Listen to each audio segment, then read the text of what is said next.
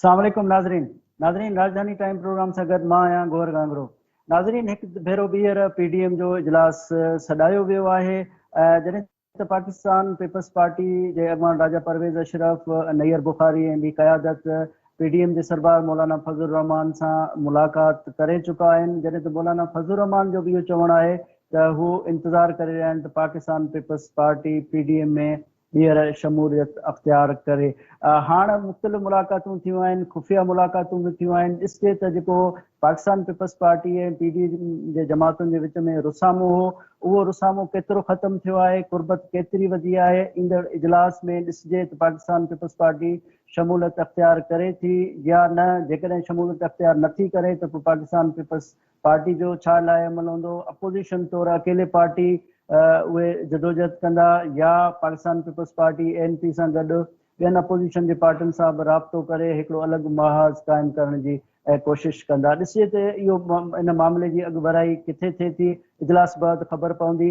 जॾहिं त शहबाज़ शरीफ़ साहिब खे ॿाहिरि वञण जे हवाले सां हुकूमत ECL में ॿीहर नालो हुनजो शामिलु करे छॾियो आहे। जॾहिं त अपोज़िशन लीडर शहबाज़ शरीफ़ साहिबु अदालत सां रुजू कयो आहे, जंहिंमें मौक़िफ़ अख़्तियार कयो वियो आहे त इहा तोहीनी अदालत आहे। खेसि अदालत न सिर्फ़ु ज़मानत ते रिहा कयो पर ECL में नालो ख़ारिज करण जे हवाले सां बि हुकुमनामो जारी कयो।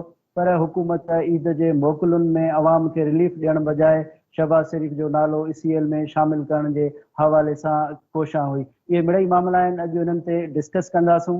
वीडियो लिंक ते जॉइन कयो आहे लाल माली साहिबु, जेको इंसानी हक़नि बाबति वज़ारत आहे ऐं PTI जो क़ौमी असम्बली में मेंबर आहे। लाल साहब, मां तव्हांखे वेलकम चवां थो प्रोग्राम। लाल साहब, इहो ॿुधायो त हिकु भेरो ॿीहर PDM जो इजलास थिए पियो, पाकिस्तान पीपल्स पार्टी जो ॿीहर शामिलु थियण जा बि इम्कान आहिनि। तव्हां छा था सम्झो त अपोज़िशन जो जेको इत्तेहाद हो या अपोज़िशन जो जेको हुकूमत जे ख़िलाफ़ एहतजाज वारो माहौल हो, छा था सम्झो त हिकु भेरो ॿीहर इहो मोमेंटम पकड़जंदो?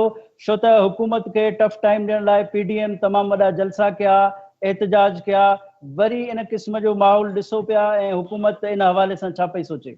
जॾहिं PDM ठही हुई तॾहिं बि पाकिस्तान तहरीक इंसाफ जो हिकिड़ो चिटो मौक़ुफ़ हुयो। PDM में शामिल जमायतूं हिक ॿिए जूं उन्हनि जो को बि न मंशूर साॻियूं आहे न सोच साॻी आहे। सवाइ करप्शन जे जेका ॿिन्ही जेको पार्टियुनि में या टिनी पार्टियुनि में कामन हुई, सो हीअ गैर फितरी इत्तेहाद आहे ऐं हिन जो हलणु नामुमकिन आहे। त अॻियां हली ॾिठो त कहिड़े तरीक़े सां पीपल्स पार्टी उन मां ॿाहिरि थी वई ऐं जॾहिं PDM जेको आहे उन्हनि खे एक्सप्लेनेशन घुरी त उन्हनि उहो नोटिस फाड़े ऐं उन्हनि खे मैसेज ॾिनो त असीं तव्हां सां गॾु न आहियूं ऐं कंहिं सूरत में गॾु न हूंदासीं, छाकाणि जो अननेचुरल आहे। पीपल्स पार्टी ऐं नवाज़ लीग जेका आहे उहो हिक ॿिए ते केसिस दाख़िल कंदा रहिया आहिनि। जेको तव्हां ॾिसो पिया नैब में जेके केसिस हलनि पिया उन मेजॉरिटी केसिस उहे आहिनि जेके ॿिन्ही पार्टियुनि हिक ॿिए ते दाख़िल कया आहिनि। न सिर्फ़ु इहो बिलावल या पंहिंजी पीपल्स पार्टी जी ॻाल्हि आहे, पोइ तव्हां ॾिठो लेटली मरीम नवाज़ जो बि इहो ई बयानु आयो त हीअ हुकूमत जेका आहे उहा इम्प्लाए कयो त हीअ हुकूमत पंहिंजो टाइम पूरो कंदी। पोइ उनखे मुख़्तलिफ़ मानवनि में हुन खणण जी कोशिशि कई त हिननि खे वधि मौक़ो ॾिजे त बेनकाब थियनि वग़ैरह अहिड़े क़िस्म जी हुननि ॻाल्हि कंदे हुननि बि इहा ॻाल्हि कई आहे। त PDM जेको आहे उहो फोरम हिकिड़ो ख़तमु थी चुको आहे ऐं तव्हां ॾिसो हुनजी लीडरशिप मुल्क मां भॼण जे चकर में आहे, हिते को बि रहण जे चकर में न आहे। इवन मरियम नवाज़ पाण बि चाहे थी त मुल्क मां ॿाहिरि वञे, पर पाकिस्तान तहरीक इंसाफ जो इहो अहद आहे त कंहिं बि सूरत में हिननि खे को बि रिलीफ को बि इनारो न ॾिनो वेंदो ऐं हिननि सां हिननि खे जेको आहे अकाउंटेबल कयो वेंदो।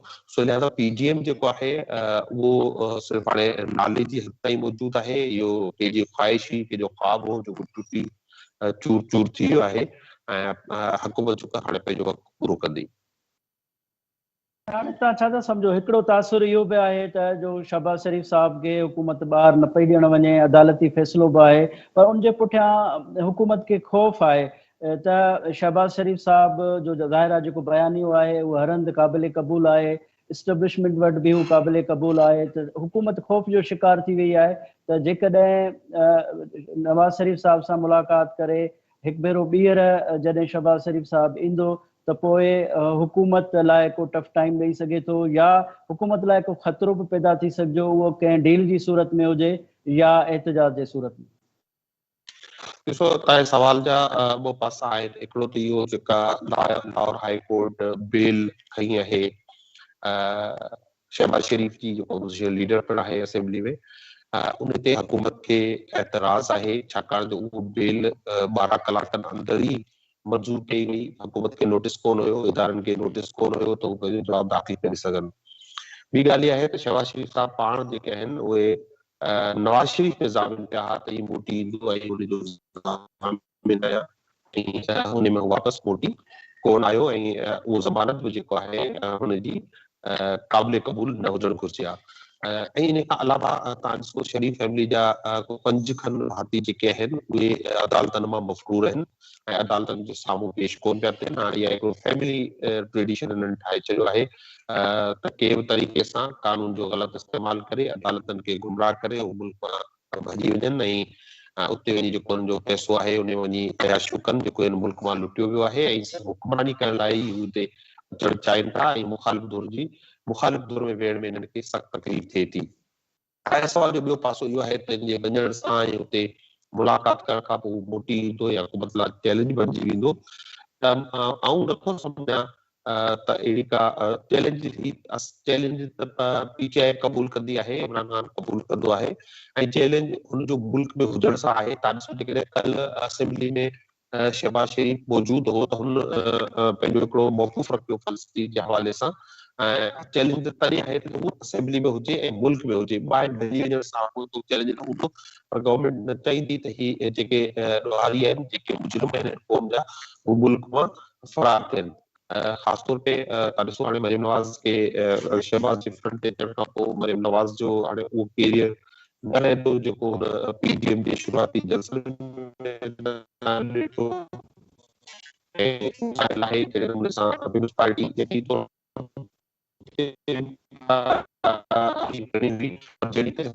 तरीक़े सां पीजीएम सां धोखो कयो पीपल्स पार्टी, त उन सां बिलावल भुट्टो जी जेका आहे पॉलिटिक्स उनखे बि धचको रसियो आहे।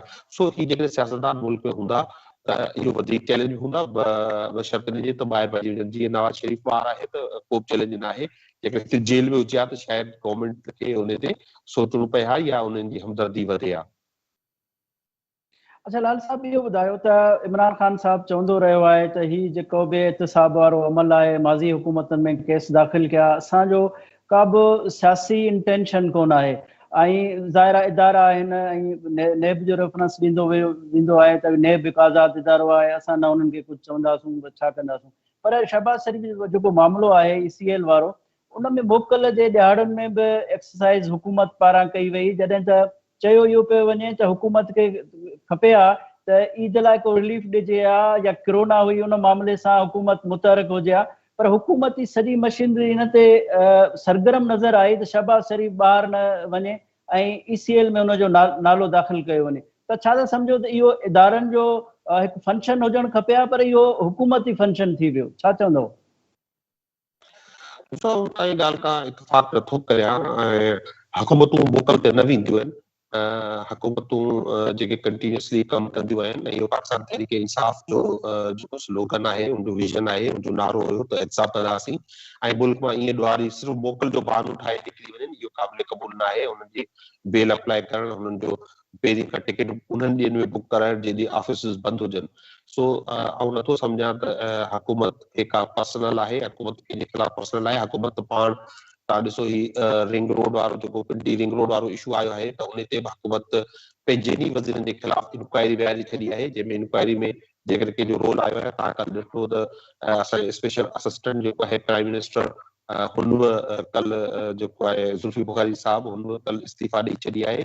त हुकूमत वटि को कंहिं क़िस्म जी डिस्क्रिमिनेशन न आहे। हुकूमत हर क़िस्म घटि में घटि हर क़िस्म जो जेको आहे उहो इक़दाम कंदी त जीअं हिननि खे कानून जे साम्हूं आणे सघिजे ऐं हिननि खे जेको मुल्क मां हिननि जी चोरी कयल आहे, लुटियल आहे, उहो आवाम जे ऐं कानून जे साम्हूं हुजे ऐं उन ते कोई फ़ैसिलो अची सघे। लाल साहब, असां सां गॾु रहिजो, वक़्फ़े जो टाइम आहे। नाज़रीन, हिते वठूं था मुख़्तसिर ब्रेक बाद हाज़िर थींदासीं।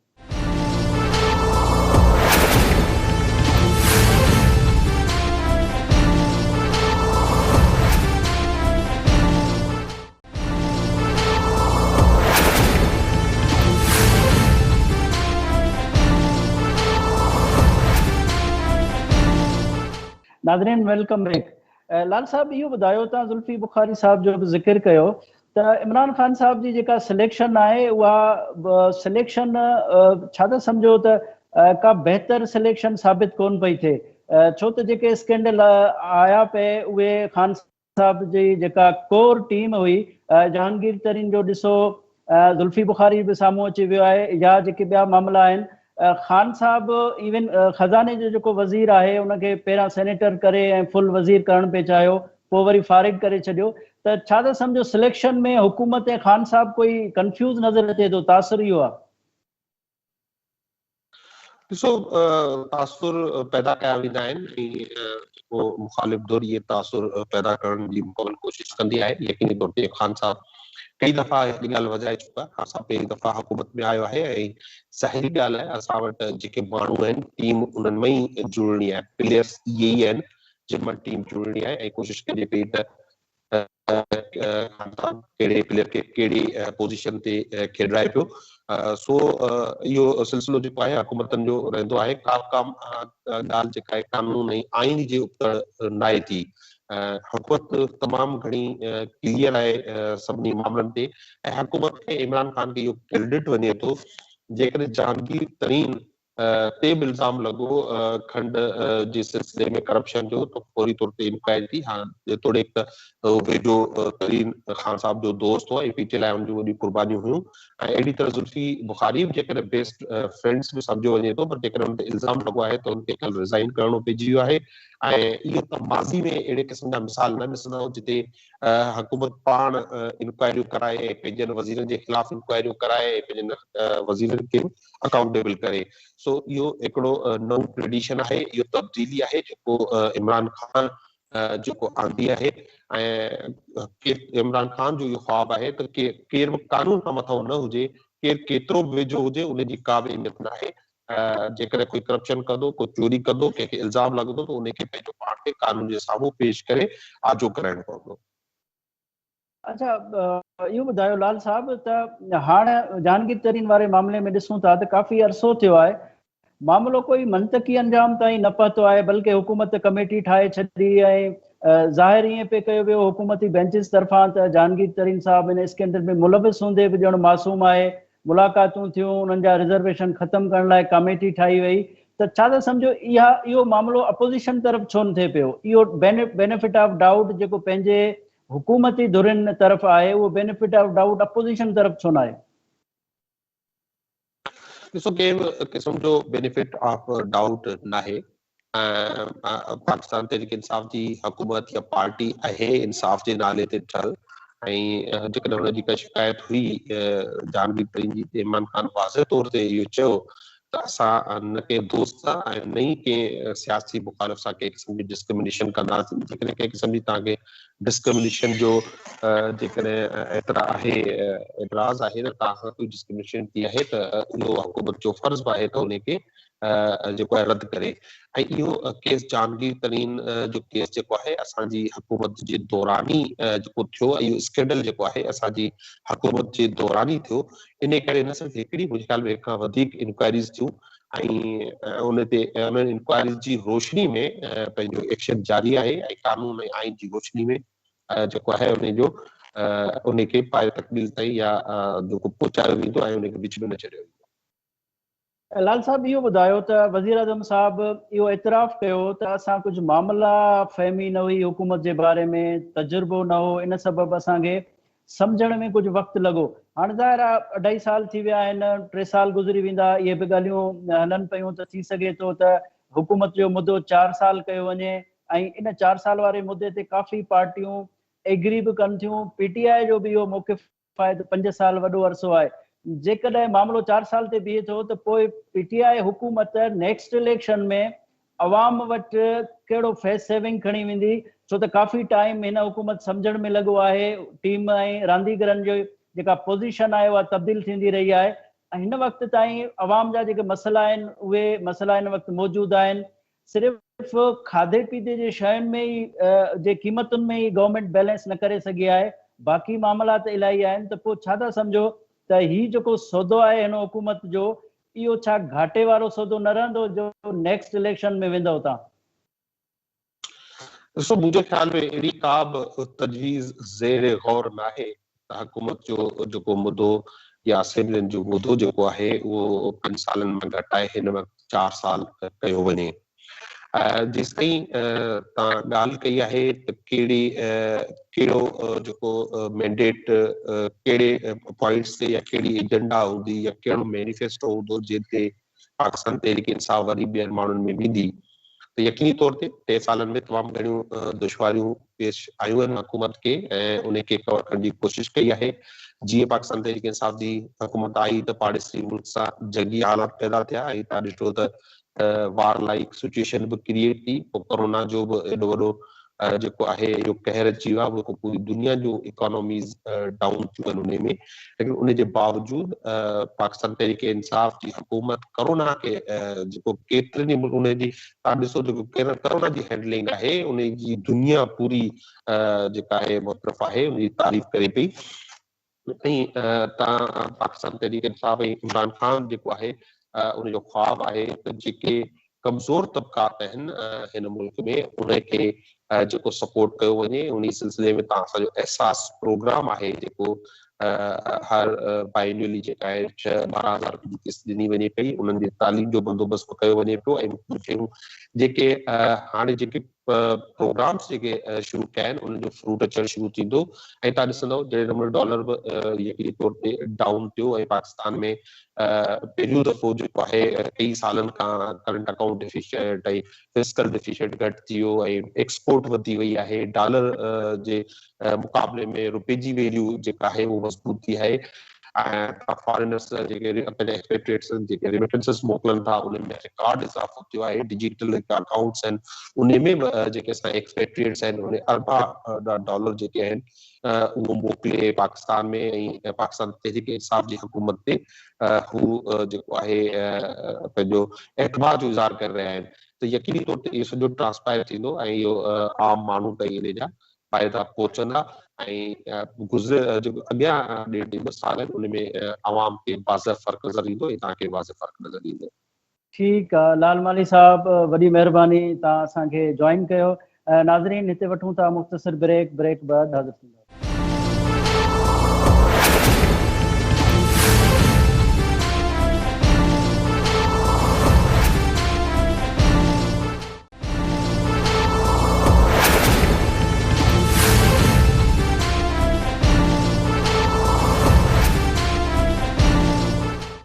नाज़रीन वेलकम बैक। नाज़रीन हिन वक़्तु असांखे जॉइन कयो आहे सिद्दीक़ साजिद साहब जेको सीनियर तज्ज़िया निगार आहे ऐं मौजूदा जेका सियासी सूरत हाल आहे उन ते हुनजी गहरी नज़र आहे। अस्सलाम वालेकुम सिद्दीक़ साहब। वालेकुम अस्सलाम।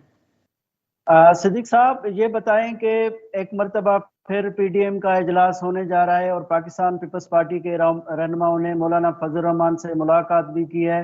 आप क्या समझते हैं कि इस इजलास में पाकिस्तान पीपल्स पार्टी की शमूलियत के कोई इम्कान है या आगे जो पीडीएम की पेशरफ्त होगी, आप क्या समझते हैं कि वो मोमेंटम बना सकेंगे जो पहले था? बहुत शुक्रिया गौहर साहब। असल में जो पीडीएम की इस वक्त की जो एक सियासत है या जो सियासी मुस्तकबिल है वो अब उस मुस्तकबिल में पीपल्स पार्टी तो हमें शामिल होती दिखाई नहीं दे रही, क्योंकि अब जबकि मैं आपसे बात कर रहा हूँ इस वक्त तक तो पीपल्स पार्टी और पीडीएम की क़यादत के दरमियान किसी किस्म के कोई रवाबत नहीं है।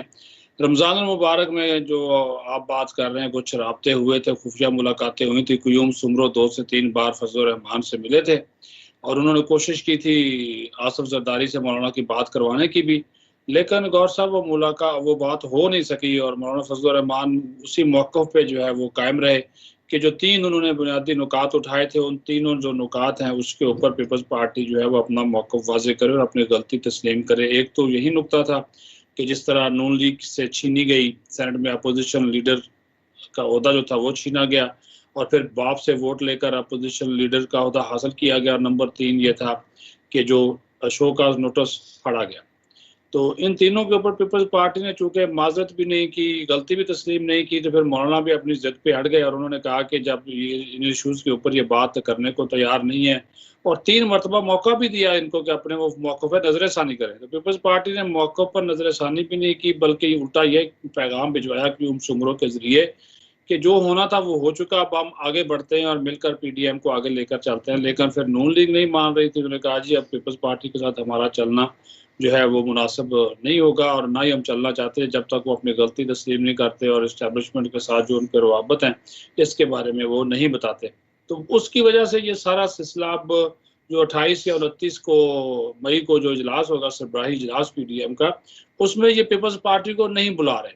اور اے این پی تو آپ کو پتہ ہے خود ہی الگ ہو چکی ہے, وہ تو پی ڈی ایم سے علیحدگی کا اعلان خود ہی کر چکے ہیں گور صاحب. تو یہ پیپلز پارٹی کو نہیں بلائیں گے. جب پیپلز پارٹی کو نہیں بلائیں گے تو پھر ایک مقصد بہت واضح ہے کہ یہ ایک فیصلہ کرنے جا رہے ہیں کہ چونکہ پیپلز پارٹی نے نظر ثانی کی درخواست بھی ایکسیپٹ نہیں کی, اپنی غلطی بھی تسلیم نہیں کی, تو لہٰذا ان کے بغیر جو ہے وہ آگے بڑھا جائے. اور دوسری بات یہ ہے کہ اس وقت جو نواز شریف ہے اور شہباز شریف ہے مکمل طور پر رابطے میں ہیں مولانا فضل الرحمان کے ساتھ, چاہے وہ اسٹیبلشمنٹ سے روابط ہوں, چاہے وہ کسی اور کے ساتھ روابط ہوں, جو ملاقاتیں خفیہ ہوں یا اوپن ہوں, جو بھی بات چیت ہو رہی ہے اس کی تازہ ترین مثال یہ ہے کہ گزشتہ 3 دنوں میں 3 مرتبہ شہباز شریف کا اور مولانا فضل الرحمان کا ٹیلی فونک رابطہ. وہ ملاقات بھی ہو جانی تھی اگر مولانا فضل الرحمان اسلام آباد میں ہوتے, لیکن وہ چونکہ ڈی آئی خان میں تھے تو وہ ملاقات نہیں ہو سکی. اور جہاں تک نواز شریف کا تعلق ہے تو نواز شریف کے ساتھ روزانہ کی بنیاد کے اوپر فضل الرحمان کا رابطہ ہوتا ہے. دونوں آپس میں موجودہ سیاسی صورتحال پر مشاورت بھی کرتے ہیں, پھر آئندہ کی حکمت عملی بھی بناتے ہیں, اور ایشوز ٹو ایشوز جو ہیں اس کے اوپر بات کر کے آگے بڑھنے کی کوشش بھی کرتے ہیں. اچھا صدیق صاحب یہ بتائیں کہ اگر Pakistan Peoples Party A N P P D M میں شمولیت اختیار نہیں کر سکتی تو آپ کیا سمجھتے ہیں کہ یہ اپوزیشن کا جو اتحاد ہے وہ 2 حصوں میں بٹ جائے گا؟ حکومت کو ٹف ٹائم دینے کے حوالے سے جو اپوزیشن کی دعویٰ تھی تو وہ مؤثر نہیں ہو سکے گی, آپ کا کیا خیال ہے؟ غور صاحب یہ 2 حصوں میں تو نہیں بٹے گا, یہ تو پیپلز پارٹی بالکل الگ ہو جائے گی. باقی کی جو 9 جماعتیں ہیں وہ پھر آگے بڑھ سکتی ہیں, وہ اپنا ایک لے کر چل سکتے ہیں. پیپلز پارٹی اکیلا رہ جائے گی. وہ تو ظاہر ہے اب وہ جس طرح ان کے معاملات ہیں ظاہر اسٹیبلشمنٹ کے ساتھ تو ان کے بھی کافی ساری چیزیں چل رہی, لیکن اگر ہم سیاسی طور پر دیکھیں تو اس میں تو انہوں نے وقتی فائدہ تو حاصل کر لیا یسر رضا گیلانی کو اپوزیشن لیڈر بنوا کر. لیکن اگر وہ ریئل اپوزیشن کی اگر آپ بات کر رہے ہیں تو وہ ریئل اپوزیشن اس وقت پیپلز پارٹی میں نظر نہیں آ رہی. تو وہ تنہا اگر پرواز کریں گے تو ان کا بھی ان کو نقصان ہوگا. ظاہر ہے پی ڈی ایم میں جو شامل 9 جماعتیں ہیں وہ اپنی کسی اسٹریٹجی سے کو لے کر آگے چلتے ہیں, کیونکہ دیکھیں نا جی وہ پیپلز پارٹی تو استعفوں کے معاملے کے اوپر بھی تیار نہیں ہے. لانگ مارچ والا ایشو ہے وہ بھی اب گرمی آ گئی ہے, جون جولائی میں تو ویسے پاسبل دکھائی نہیں دیتا, استعفے پیپلز پارٹی دینے کو تیار نہیں ہے. تو وہ ان کا ایک مختلف نقطہ نظر ہے. تو باقی انہوں نے جیسا کہ میں نے آپ کو پہلے بھی بتا دیا کہ پیپلز پارٹی جو ہے وہ معذرت بھی کرنے کو تیار نہیں ہے, غلطی بھی تسلیم کرنے کو تیار نہیں ہے. تو اس وجہ سے جو اب پی ڈی ایم ہے اس میں جو دیگر 9 جماعتیں ہیں وہ اگر آگے بڑھتی ہیں ایک اسٹریٹجی کے تحت تو اس کا جو فائدہ ہے وہ ان 9 جماعتوں کو ہوگا, پیپلز پارٹی کو اس کا نقصان ہوگا. صدیق صاحب کہا یہ جا رہا ہے کہ پاکستان پیپلز پارٹی اگر پی ڈی ایم میں شامل نہیں ہوتی تو اپنی اسٹرینتھ دکھانے کے لیے پی ڈی ایم میں شامل باقی جو جماعتیں ہیں چھوٹی چھوٹی جماعتیں ان سے وہ رابطہ کرے گی اور وہ اس کو ہم خیال اور ہم نوا بنائیں گی. تو اگر اس صورت میں تو پھر جو پہلے والی پی ڈی ایم ہے اس کی پوزیشن کیا بنے گی؟ دیکھیے جو آپ بات کر رہے ہیں وہ زیادہ سے زیادہ اگر چلے بھی گیا ادھر تو میرے خیال میں صرف وہ آفتاب شیرپاؤ شاید چلا جائے یا یہ جو ایک مینگل گروپ ہے وہ چلا جائے. باقی تو جماعتیں نہیں جائیں گی ان کے ساتھ, مجھے تو نہیں لگتا, کیونکہ دیکھیے وہ بھی سارے دیکھتے ہیں نا جی کہ زیادہ تر جماعتیں کہاں پہ کھڑی ہیں, ان کا سٹینڈ کیا ہے.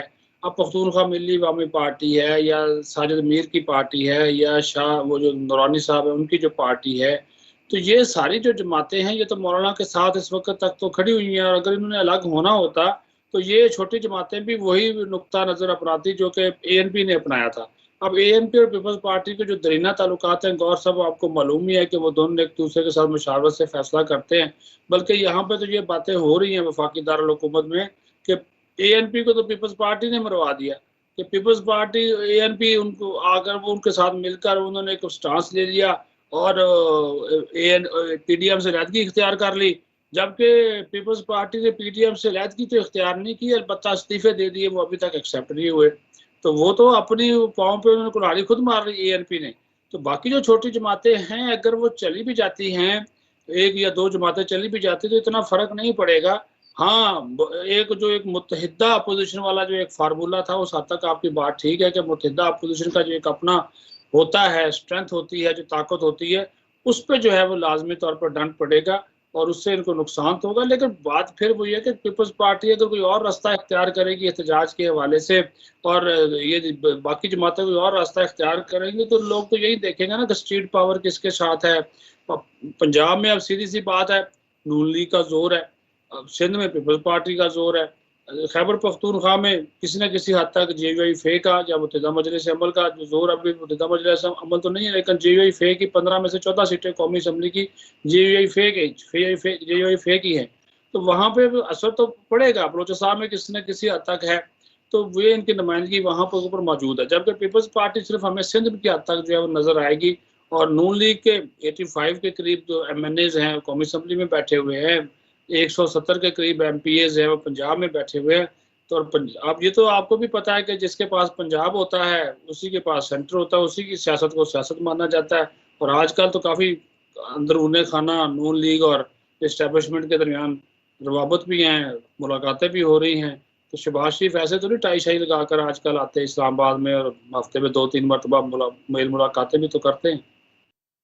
सदीक साहब ये बताएं, ये जो तासुर दिया जा रहा है कि अब सारी जो पॉलिटिक्स है वो अगले इंतखाब के हवाले से है, अगले इंतखाबात जीत करके हुकूमत में शमूलियत अख्तियार करने के हवाले से जंग है। आप क्या समझते हैं, पाकिस्तान पीपल्स पार्टी ने जो तासुर दिया कि वो इस्टेब्लिशमेंट से उनके राब्ते हैं, उनका जो बयानिया था तो वो ज़ाहिर इस्टेब्लिशमेंट का वो पसंदीदा बयानिया था, नून लीग का सख्त मौक़िफ़ था, तो नेक्स्ट जो इक़्तिदार है वो पाकिस्तान पीपल्स पार्टी को मिलने के रोशन इम्कान आते हैं। इसी वजह से PDM में शामिल या अपोजिशन की जो जमातें हैं वो समझती हैं कि वो आइंदा इंतखाबात में पाकिस्तान पीपल्स पार्टी का साथ दे के वो अकोमोडेट हो सकती हैं। ये जो पाकिस्तान पीपल्स पार्टी तासर दे रही है, आप क्या समझते हैं कि ये इसमें कामयाब होंगी या शहबाज शरीफ के बाहर आने के बाद ये तासर थोड़ा मध्यम हो जाएगा? देखिए जी, ख्वाब देखने के ऊपर तो किसी की कोई पाबंदी नहीं है। अब से थोड़ी देर पहले राजा परवेज अशरफ ने भी यही दावा किया है कि 2023 के जो आम इंतखाबात में पीपल्स पार्टी जीत कर जो है वो आ जाएगी, हुकूमत में आ जाएगी।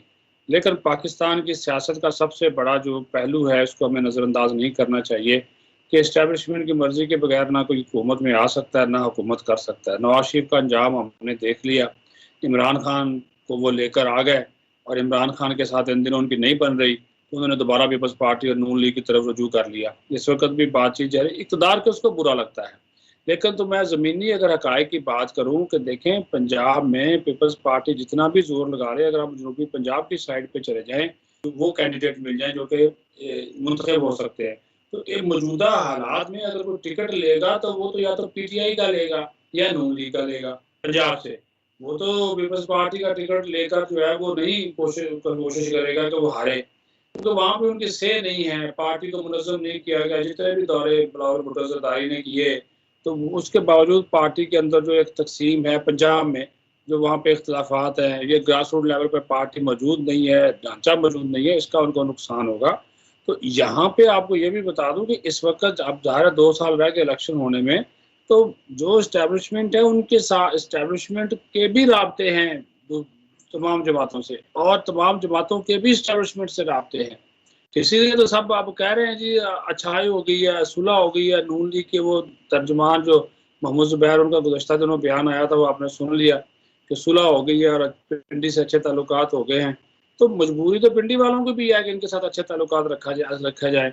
वो जमहूरियत की बिल्कुल वो सपोर्ट करेंगे, लेकिन ज़ाहिर है गवर्नेंस के मामलात हैं, आपकी इकानमी है, फिर ये कोरोना है, बहुत सारे ऐसे इश्यूज हैं गौहर साहब जिनकी वजह से जो हमारी सियासत है, यही वाली जो चीज़ें मैंने बताई हैं उसके ऊपर ये चीज़ें असरअंदाज जो हैं वो लाजमी तौर पर होंगी। सदीक साहब ये बताएं, अगर PDM इसी तरह ही डिस्पर्स रहती है तो हुकूमत के खिलाफ जाहिर है कोई एहतजाज वाला मामला बन नहीं सकेगा, तो ये फेवर नहीं देगा, गवर्नमेंट सुकून की नींद सोएगी और 5 साल आराम से सुकून से करेंगी। आपका क्या ख्याल है? इस मामले पे मैं तो जो मरियम नवाज का एक मौक़िफ़ है ना, उससे मैं बिल्कुल इत्तफाक करता हूँ कि इनको 5 साल पूरे करने दिए जाए ताकि इनकी कारकर्दगी अवाम के सामने आ जाए। हमें इनको गिराने की कोई कोशिश अब नहीं करनी चाहिए और होगी भी नहीं। अभी भी अगर मौलाना फजलुर रहमान अक्टूबर नवंबर में धरना देने की या लॉन्ग मार्च करने की तैयारी कर भी लें तो उससे मेरा नहीं ख्याल कोई फर्क पड़ेगा, क्योंकि फिर उसके बाद एक साल रह जाएगा तो वो उसका कोई इतना इम्पैक्ट नहीं होगा।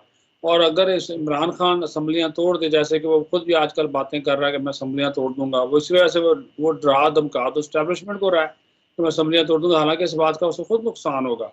सियासी शहीद अगर मौजूदा सूरत हाल में वो चले भी गए या PDM ने उसको एहतजाजी तहरीक के लिए निकाल दिया तो वो कहेगा जी इन्होंने मुझे मेरे खिलाफ एहतजाज किया, एहतजाजी तहरीक चलाई, मुझे काम नहीं करने दिया, तो इस वजह से वो सियासी शहीद बनने की कोशिश करेगा। उसे सियासी शहीद जो है ये बनने की इजाज़त जो है वो देंगे नहीं। तो इस वजह से ये सारी जो चीज़ें हैं वो चलेंगी। अभी आप देखते रहिएगा, हर आने वाले दिनों में तब्दीली जो है वो गौर साहब आती हुई नजर आएगी आपको। सदीक साहब ये बताएं, अगर PDM ये समझती थी कि हमें सियासी शहीद नहीं बनाना चाहिए तो इन्होंने अवाम को जो होप दी, एहतजाज किया, एक अवाम का उन्होंने माइंड बनाया, उसके बाद आके इनको ख्याल आया कि ये जो माथे पे शहादत वाला जो तिलक है वो उनको नहीं लगाना चाहिए, तो फिर जाहिर है ये सारी एक्सरसाइज PDM की, अपोजिशन के इत्तेहाद की, ये तो फिर फजूल गई। अवाम तो सवाल करेगा। असल में पीपल्स पार्टी ने इनको डिच किया PDM को। सीधी बात कहूँ तो पीपल्स पार्टी ने PDM को अपने मकासद के लिए इस्तेमाल किया, सियासी मकासद के लिए, और वो इसमें काफ़ी हद तक कामयाब रहे। उन्होंने यूसुफ रज़ा गिलानी को सेनेटर बनवा लिया, बाद में वो चेयरमैन सेनेट बनते बनते रह गए, अपोजिशन लीडर फिर उनको बनवा लिया। उसके बाद उन्होंने वो PDM को जब अच्छा खासा यूज़ कर लिया, एस्टेब्लिशमेंट के साथ राब्ते बेहतर कर लिए, तो इसमें तो फ़ायदा पीपल्स पार्टी ने उठाया। अब वो PDM को भी ये बात मालूम है और ये डिस्कशन होगी। अभी जो 28-29 को इजलास होगा उसमें डिस्कशन लाजमी तौर पर होगी कि आया इस हुकूमत को एहतजाजी तहरीक के लिए फारग किया जाए। अगर एहतजाजी तहरीक के लिए ही जाना है तो फिर तो 126 दिन का धरना इमरान खान ने दिया था, लेकिन नवाज शरीफ ने इस्तीफा नहीं दिया था, वो तो पनामा बीच में आ गया तो उनको जाना पड़ गया। तो अगर मौलाना एक धरना पहले दे चुके हैं कुछ डेडलाइन, क्योंकि फिर बहुत सारी कुव्वतें बीच में आ जाती हैं और फिर वादे वईद पहले भी मौलाना के साथ हुए थे।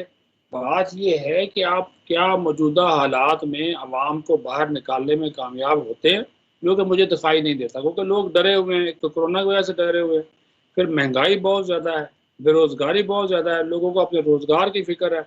सियासी जो बातों के जो असल चेहरे हैं वो इनके सामने आ चुके हैं। जो इनके पॉलिटिकल वर्कर्स हैं जिन्होंने इनसे फ़ायदे उठाने होते हैं वही लोग उनके साथ निकलते हैं। वरना आजकल आप देख रहे हैं कितने बड़े बड़े जलसे होते हैं, लोग नहीं जाते। अब वो लोगों को बड़े सियाने हो गए, बाशऊर लोग हो गए, उनको नहीं, वो कहते हैं बस ठीक है जी, हमने अपना जितना देखेंगे उसी हिसाब से निकलेंगे। तो PDM भी अब मेरे ख्याल में ये नाम मेरे और आपके लिए यानी कि मीडिया के लिए कोई ऐलानात वगैरह करेंगे, कोई छोटा मोटा एहतजाज हो गया, लॉन्ग मार्च भी अगर का ऐलान कर दिया तो उसका लॉन्ग मार्च कब तक रखना है, बैठना है, नहीं बैठना है, ख़त्म कर देना है या फेस सेविंग तक, वो एहतजाज को फेस सेविंग तक रखेंगे। सदीक साजिद साहब बहुत शुक्रिया, आपने टाइम दिया और ज़बरदस्त तज्जिया हमारे सिंध TV न्यूज़ के नाजरीन को दिया। नाजरीन ही शो तव्हां ॾिठो, ईंदड़ राजधानी टाइम में कंहिं नए मौज़ू सां गॾु हाज़िर थींदासूं। पंहिंजे मेज़बान गौहर गांगरो खे इजाज़त ॾींदा। अल्लाह हाफ़िज़।